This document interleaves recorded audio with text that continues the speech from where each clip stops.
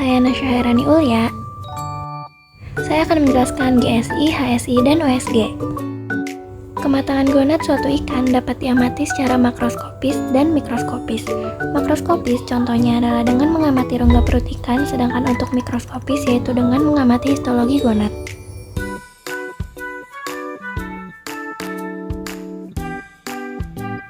Indeks kematangan gonad ikan betina biasanya lebih tinggi daripada ikan jantan.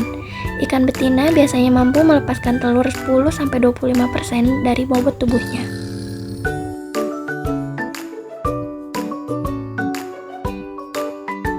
Untuk mengetahui kematangan gonad, kita perlu mengetahui GSI. GSI atau Gonadosomatic Index merupakan nilai persentase perbandingan bobot ikan dengan bobot gonad dikali 100. Nilai GSI biasanya akan meningkat sebelum memijah dan akan menurun setelah memijah. Selain GSI ada HSI atau Hepatosomatic Index, yaitu nilai persentase perbandingan berat hati dengan berat tubuh ikan.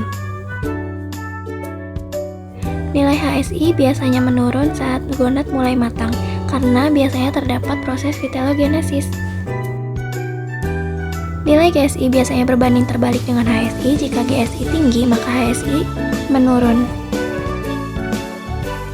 GSI dan HSI dapat digunakan untuk mengetahui pola pemijahan ikan, untuk mengukur TKG ikan, kemudian menjadi indikator kualitas lingkungan dan kesehatan ikan.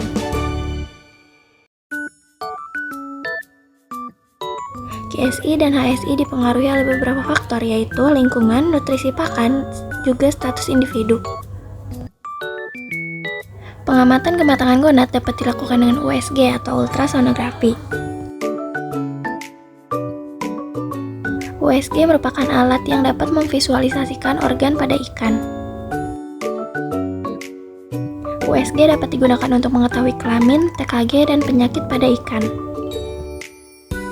Alat USG memiliki kelebihan, yaitu non-invasif dan minim stres pada ikan, kemudian real time dan cepat, dan hasil yang ditunjukkan adalah akurat.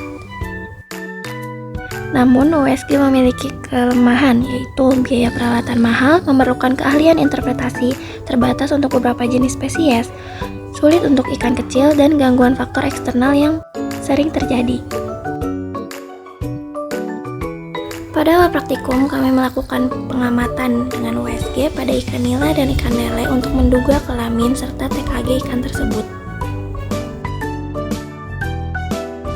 Dilakukan juga pengukuran ketebalan gonad dan jarak gonad dari kulit terluar ikan.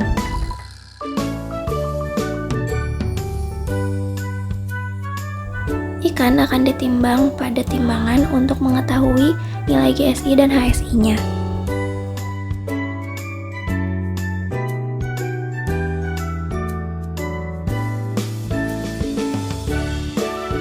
Kemudian dilakukan kateter pada ikan nila dan ikan lele untuk memastikan pendugaan pada USG benar atau tidak, yaitu mengenai jenis kelamin dan tingkat kematangan gonad.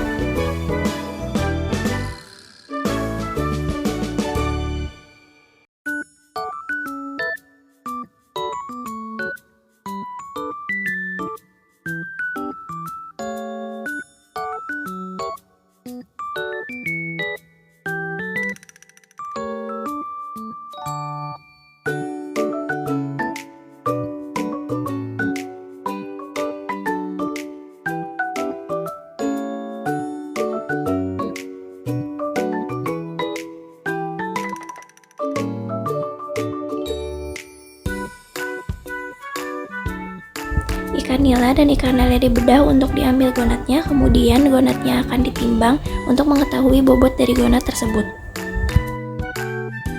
Untuk mengetahui GSI dan HSI diperlukan perhitungan dengan rumus GSI, bobot dari gonad dibagi dengan bobot ikan dikali 100, sedangkan HSI, bobot hati ikan dibagi dengan bobot ikan dikali 100.